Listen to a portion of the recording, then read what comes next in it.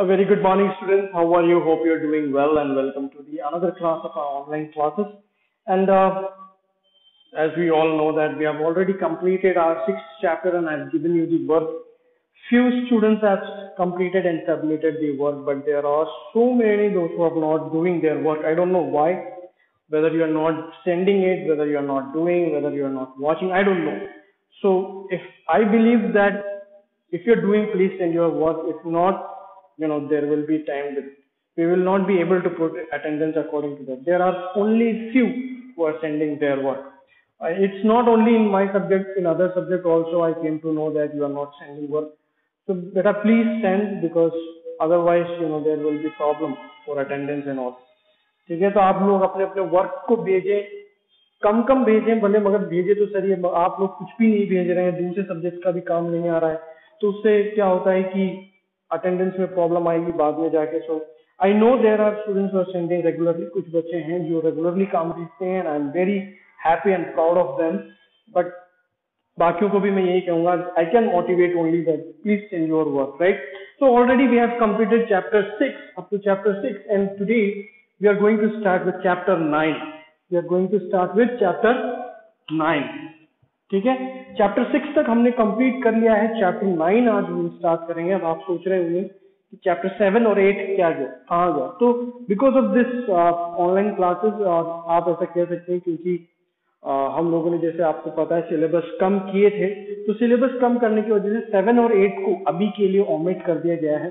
ठीक है, if time बचता है और अगर हम वापस से एक साथ इकट्ठा हो पाते हैं तो हम बाद में देखेंगे, but for now, for this period of time, अभी के लिए चैप्टर 7 एंड 8 जो रहेगा वो आपका ऑमिट रहेगा। चैप्टर 9 हम पढ़ेंगे। अगर बाद में टाइम मिलता है और हम अगर वापस से पहले जैसे नॉर्मल सी आती है और हम एक साथ आ जाते हैं, तो फिर हम लोग वो देखते हैं, वो वाला भी चैप्टर कर पाएंगे तो ठीक है। अदरवाइज राइट नाउ हम लोग चैप्टर 9 पढ़ेंगे। आपको कोई कंफ्यूजन होने की जरूरत नहीं है। चैप्टर 9 हम लोग पढ़ने जा रहे हैं, विच इज आर्टिकल्स। ठीक है, आर्टिकल्स आप लोगों ने ऑलरेडी अपने क्लासेस में, जो आपके 5th में है या 4th में है, हम लोगों ने सबने पढ़ा है। ठीक है, जरूर पढ़ा होगा, क्योंकि जहां पर हम लोगों ने नाउन के बारे में पढ़ा, वहां पे आर्टिकल्स को भी जरूर पढ़ा होगा, right. And I know that you already have studied, but yes, हम लोग जो आपके बुक में यहाँ पे दे रखा है, कुछ बातें हम लोग देखेंगे। ओनली हम लोग कुछ बातें देखेंगे जो कि पेज नंबर 51 पे है। पेज नंबर 51, आप सब लोग पेज नंबर 51 निकालें और हम लोग स्टार्ट करेंगे आर्टिकल। तो व्हाट इट सेज, स्टार्टिंग में जो रेड कलर से लिखा हुआ है वो हम देख रहे हैं, the words A and the articles. Articles 3 है, 3 आर्टिकल्स है आपके पास। कौन से इंग्लिश में 3 आर्टिकल्स हैं, ए एंड द। ठीक है, 3 आर्टिकल हैं, ए एंड द। ठीक है, ये ऑलरेडी आप जानते हैं, मैं मानता हूं, और इसके अलावा ये कहाँ यूज करते हैं इसके बारे में भी आप जानते हैं। कुछ रूल्स हैं यहाँ पे, we will be reading that and then we will go move on. ठीक है, फर्स्ट ब्लू लाइन में क्या लिखा है आपका, जो क्या बोलते हैं डेफिनेशन है, वो क्या कहता है, articles qualify nouns and are placed before nouns in a sentence. Noun, एक सेंटेंस के अंदर नाउन को क्वालिफाई करने का काम करता है आर्टिकल। आर्टिकल क्या करता है, नाउन को क्वालिफाई करने का काम करता है, और उसी के साथ नाउन से पहले, है ना, सेंटेंस के अंदर नाउन से पहले लगेगा, ये अगर लगता है तो नाउन से पहले ही लगेगा ये। ठीक है, then what it says, a and an are called indefinite articles because they do not refer to any specific person or thing. A और an, ये दोनों, A and an जो होता है, उनको हम एक और नाम से जानते हैं, उसको क्या कहते हैं, indefinite article। indefinite articles कहते हैं इनको। क्यों कहते हैं इनको indefinite articles, क्योंकि ये लोग एक स्पेसिफिक पर्सन या थिंग के बारे में नहीं बताते। कोई भी हो सकता है, ऐसा होता है ना, स्पेसिफिकली मतलब यही है करके नहीं बताते। बट वहीं पर द आर्टिकल द, ठीक है, the is called as definite article because it refers to a specific person और ए थिंग। जो आर्टिकल द होता है वो पर्टिकुलर एक पर्सन या थिंग के बारे में बताता है, इसलिए ये इसको हम क्या कहते हैं, डेफिनेट आर्टिकल्स। यानी आर्टिकल्स में 2 तरीके के आर्टिकल होते हैं, एक तो इंडेफिनेट आर्टिकल्स और एक डेफिनेट आर्टिकल्स। ए और एन इंडेफिनिट आर्टिकल्स होते हैं क्योंकि ये स्पेसिफिकली नहीं बताते हैं कि कौन सा है, पर्सन, थिंग, कौन है करके नहीं बताता, मगर द हमें एक स्पेसिफिकली बताता है कौन है, क्या है, ये चीज हमें बताता है, इसलिए इसको हम डेफिनेट आर्टिकल्स बोलते हैं। जब हम एक एग्जाम्पल पढ़ेंगे तब हमें पता चलेगा। एग्जाम्पल देखें इसमें, I saw a man sitting near the gate. वो क्या कहता है? I saw a man sitting near a gate. वो कहता है कि मैंने एक व्यक्ति को या एक आदमी को जो है गेट के पास में बैठा देखा, एक व्यक्ति को देखा। इट डजंट टेल यू कि वो कौन है ना। आप किसी और से बोल रहे हो, जैसे मान लीजिए अगर मैं आके किसी से बोलता हूँ मैंने एक आदमी को देखा गेट पे, ठीक है, तो वो कोई भी हो सकता है, राइट।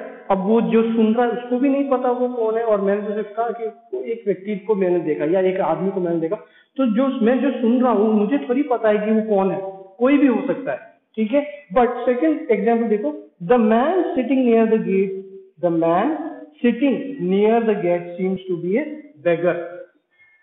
सेकंड में कहता है कि जो व्यक्ति वहां पे बैठा है वो दिखने में शायद एक बेगर लग रहा है ना, भीख मांगने वाला या बेगर लग रहा है, ठीक है। तो इसका मतलब मैंने स्पेसिफिकली कहा है कि वो जो व्यक्ति है वो मेरे हिसाब से बेगर है, ठीक है। पहले वाले सेंटेंस में क्या है? A man. ए मैन मतलब ए मैन यहाँ पे क्या है? कोई भी हो सकता है ना, कोई भी हो सकता है। मगर सेकंड सेंटेंस में मैंने कहा द मैन। द मैन क्या है? स्पेसिफिक किया है मैंने बताया है कि वो व्यक्ति वहां पे बेगर है, तो सुनने वाले को भी पता चलेगा अच्छा ये उसकी बात कर रहा है, ठीक है। इवन तो वहां पे नाम नहीं दिया गया है मगर आपको पता चल जाएगा ये उसके बारे में बात कर रहा है। यहाँ पे आपको नहीं पता चलेगा किसके बारे में बात हो रही है। अंडरस्टूड? समझ में आ रहा है आपको? ए मैन जब आता है, ए और एन जब भी लगता है, यानी जब हम इनडेफिनेट की बात करते हैं तो सुनने वाले को ये नहीं पता चलता कि वो किसके बारे में बात कर रहा है। मगर जब द लग जाता है किसी के साथ तो द और दी दोनों तरफ से हम बोल सकते हैं। जब द लग जाता है तो इसका मतलब जो सुन रहा है उसको पता लग जाता है कि वो किसके बारे में बात हो रहा है। Even though there is no name, नाम नहीं बताया गया हो तो भी आपको पता चल जाएगा ये उसके बारे में ही बात कर रहा होगा। अंडरस्टूड? इसलिए हम इसको इंडेफिनेट और इसको डेफिनेट कहते हैं। समझ में आ रहा है आपको? Let's go to the next. क्या कहता है? फर्स्ट वन आपका है use of a and an. आपको ये तो समझ में आ गया होगा इंडेफिनेट और डेफिनेट। इंडेफिनेट ए और एन, क्यों? क्योंकि इससे हमें पता नहीं चलता किसके बारे में बात हो रही है। द डेफिनेट, क्यों? क्योंकि इससे हमें पता चल जाता है कि किसके बारे में बात हो रही है, ठीक है। तो ये क्योंकि नाउन के आगे लगते हैं तो सीधी सी बात है कि ये क्या है? आर्टिकल्स है। ये तीन आर्टिकल्स हैं। अब इनको यूसेज, इनका यूज कैसे होता है वो चीज हम सीखने जा रहे हैं। हम रश नहीं करेंगे, इसमें भी हम देखते हैं कितना हम कंप्लीट कर पाएंगे, ठीक है। तो लेट्स सी। फर्स्ट है यूज ऑफ ए एंड और एन। यूज ऑफ ए और एन, दोनों में से एक का यूजेज हम सीखेंगे, मतलब दोनों कैसे सेंटेंस में यूज होते हैं उसके बारे में। ए सबसे पहला क्या है? A is used before a singular countable noun beginning with consonant. Consonant, ठीक है। एक सबसे पहले हमने देखा है ए। ए किसके साथ यूज होता है? सिंगुलर नाउन, ठीक है। सिंगुलर आपको पता है, सीधी सी बात है, सिंगुलर क्या होता है? एक पर्सन की बात। सिंगुलर काउंटेबल नाउन,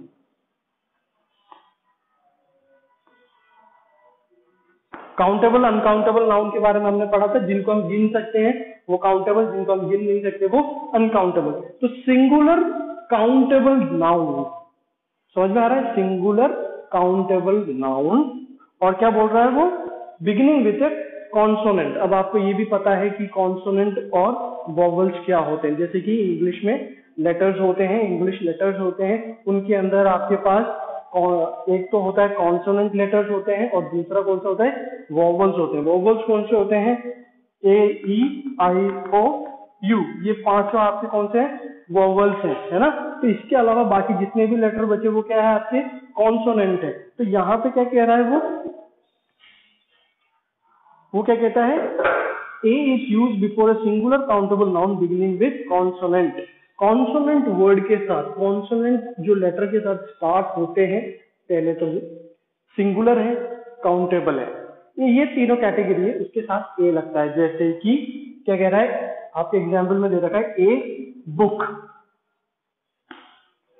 ठीक है। अब देखो सबसे पहले सिंगुलर है, बुक सिंगुलर है, बुक्स होता तो अलग होता, मगर ए सिंगुलर है ये, ठीक है।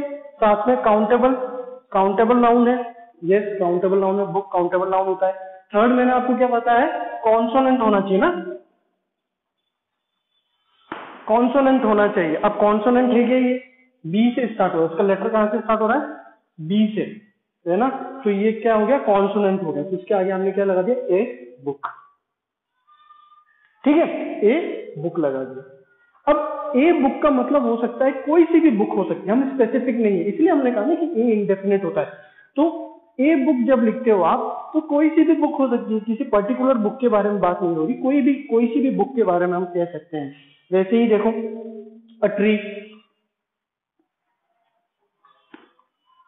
ठीक है, काउंटेबल है, सिंगुलर है, टी से स्टार्ट होता है, कॉन्सोनेंट लेटर से स्टार्ट हो रहा है, कॉन्सोनेंट वर्ड है ये, कॉन्सोनेंट। अ ट्री, किसी एक ट्री के बारे में बात कर रहे हैं, कौन सी का हमें नहीं पता, बट अ ट्री, अंडरस्टूड। तो कैसे यूज हो रहा है अ ट्री, ठीक है, ये समझ में आ गया। तो ए सबसे पहले कहां पे यूज होता है, फर्स्ट सिंगुलर होना चाहिए, सेकंड काउंटेबल नाउन होना चाहिए, थर्ड कॉन्सोनेंट होना चाहिए। कॉन्सोनेंट और वॉवल्स में आपको डिफरेंस पता चल गया है, ठीक है। तो ये वाला हो गया समझ में। नेक्स्ट क्या कहता है, be a is use before a word that begins with vowels but is pronounced with a consonant sound. Okay, अब ये थोड़ा सा ट्रिकी हो जाता है, क्यों, मैं आपको बताता हूं। मैंने इससे पहले वाले में आपसे कहा था एक किसके साथ लगता है, कॉन्सोनेंट के साथ लगता है। सेकंड में लिखा हुआ है कि सेकंड बी वाला जो आपका रूल है उसमें लिखा हुआ है कि वो वॉवल्स के साथ भी लग जाता है, मगर वॉवल्स के साथ कब लगता है, जब उसका प्रोनाउंस, जब हम बोलते हैं तो उसका प्रोनाउंसिएशन साउंड कैसा है, कॉन्सोनेंट की तरह है, ठीक है। अगर वो कॉन्सोनेंट की तरह आवाज करता है या बोलते समय कॉन्सोनेंट की तरह आवाज आती है, प्रोनाउंसिएशन वैसा होता है या प्रोनाउंसिएशन वैसा होता है, तो हम क्या कहेंगे, वोवल्स के आगे भी लिख देंगे। फॉर एग्जाम्पल आपको देखो इसमें दे रखा है एक जो ब्रैकेट के अंदर दे रखा है,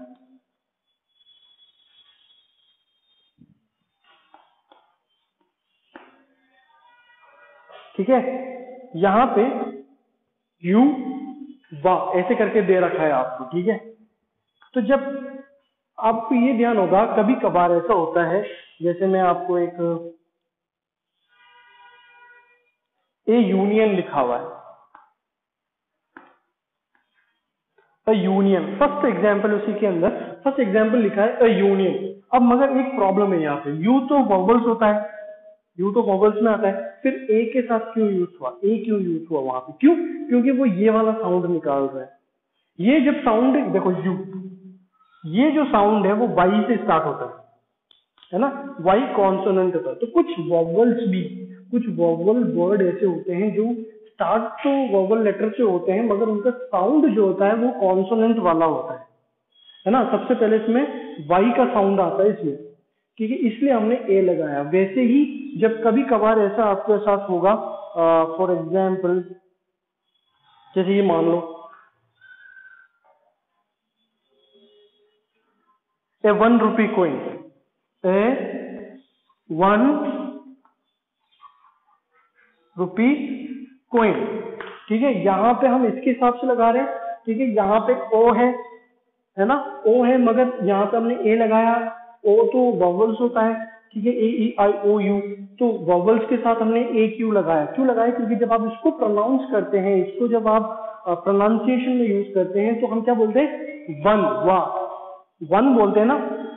इवन दो यहाँ पे ओ है, तब भी हम इसको जब हम बोलते हैं तो वन बोलते हैं, डब्ल्यू ए वाला साउंड आता है यहाँ पे, वाह, है ना, तो डब्ल्यू का साउंड आता है। तो जब डब्ल्यू का साउंड आता है, साउंड डब्ल्यू का आ रहा है, तो इसका मतलब वो एक कॉन्सोनेंट में जा रहा है, राइट, इसलिए हमने यहाँ पे क्या लगाया, ए लगाया। तो सेकंड पॉइंट क्या कहता है आपका, कि कभी कभार ए कब लगता है, जब आप जब वॉवल्स के आगे ए कब लग जाता है, जब उनका साउंड जो है वो कॉन्सोनेंट की तरह आ रहा है।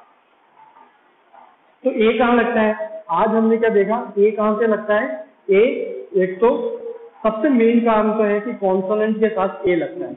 आपको ये ध्यान रखना है कि जो वर्ड लेटर जो है, जो लेटर है, जो वर्ड है वो कॉन्सोनेंट लेटर के साथ स्टार्ट होगा, उन लेटर के साथ ए लगेंगे। कुछ ऐसे लेटर भी होते हैं जो वॉवल्स के साथ स्टार्ट होते हैं, स्टिल उनका साउंड जो होता है वो कॉन्सोनेंट का आता है, इसलिए वहां पे ए लगता है। ठीक है, आज सिर्फ हम इतना ही रख रहे हैं। मेरे को पता है अगर मैं आगे जाऊंगा तो आप और कंफ्यूज हो जाएंगे। कुछ बातें मैं रिकैप करता हूं एक बार क्या क्या पढ़ा हमने। सबसे पहले देखा आर्टिकल्स क्या होते हैं। आर्टिकल्स वो होते हैं जो नाउन को क्वालिफाई करते हैं, बताते हैं कि ये नाउन है। ठीक है, सेंटेंस में नाउन के पहले ही आर्टिकल लगते हैं। देयर आर 3 आर्टिकल, 3 आर्टिकल है, ए एंड द, 3 है ए एंड द। ठीक है, 3 आर्टिकल है। 2 टाइप के आर्टिकल होते हैं, डेफिनेट और इनडेफिनेट। इनडेफिनेट आर्टिकल्स होते हैं ए एंड, ठीक है, ए और एंड, ये 2 आर्टिकल जो होते हैं वो क्या होते हैं, इनडेफिनेट होते हैं। और डेफिनेट आर्टिकल कौन सा होता है, द। ठीक है, हमने सबसे पहले देखा कि ए कहाँ पे लगता है, ए कहाँ पे लगता है वो आज हमने देखा। उसमें कहता है कि ए हमारा लगता है तो सिंगुलर के साथ, ठीक है, काउंटेबल नाउन सिंगुलर होना चाहिए, काउंटेबल नाउन होना चाहिए, और दूसरा वो कौन सा साउंड आना चाहिए, उसमें कॉन्सोनेंट का साउंड आना चाहिए। ठीक है, सेकेंड थिंग, एक और चीज, एक और रूल हमने देखा, वो ये देखा कि कई बार वॉवल्स के आगे भी ए लग जाता है, मगर वॉवल्स के आगे ए कब लगता है, जब उनका वॉवल्स का साउंड भी कैसा है, कॉन्सोनेंट का है, ना कि वॉवल्स का है। अगर वॉवल्स का वॉवल साउंड आ रहा है, हम ए नहीं लगाएंगे, हम और कुछ लगाएंगे जो हम अगले वीडियो में देखेंगे। मगर अगर वॉवल्स के आगे लगता है और उसका साउंड कॉन्सोनेंट का आ रहा है तो ए हम लगाते हैं। जैसे मैंने आपको यहाँ पे बताया यूनियन या फिर वन, ठीक है, तो वो यहाँ पे वो हम लोग प्रोनाउंस करते हैं या प्रोनाउंसिएशन जब हम करते हैं वो हमें ध्यान रखना होगा। ठीक है, तो ये सिर्फ 2 ही रूल्स हमने आज हम देखे कि ए कहाँ पे लगता है। अगले वीडियो में हम देखेंगे कि एन कहाँ पे लगता है, और फिर हम स्लो चल रहे हैं तो हम आगे देखेंगे कि द कहाँ लगता है, फिर उसके बाद हम उसको कंप्लीट कर लेंगे। ठीक है, तो आज के वीडियो से तो हम इतना ही रख रहे हैं। I am not giving you बस, जैसे कि आप सब जानते हैं कि हम नॉर्मली क्या करते हैं, नोट्स बनाते समय आर्टिकल्स का डेफिनेशन आपको लिखना है, एग्जाम्पल आपको लिखना है। ठीक है, तो यही चीजें आपको करनी है, 2-3 एग्जाम्पल आप लिखेंगे उसके साथ, तो यही वर्क है आपका, और कोई मैं ज्यादा वर्क नहीं दे रहा हूँ। इवन वीडियो भी बहुत छोटा है, जितना पढ़ाई हुआ उनको छोटा ही है। ठीक है, तो प्लीज सेंड योर वर्क, जिन्होंने कंप्लीट कर लिया कम से कम वो तो सेंड करें, और जिन्होंने नहीं किया वो अपना काम कंप्लीट करें। ठीक है, तो till the next video, bye bye and thank you.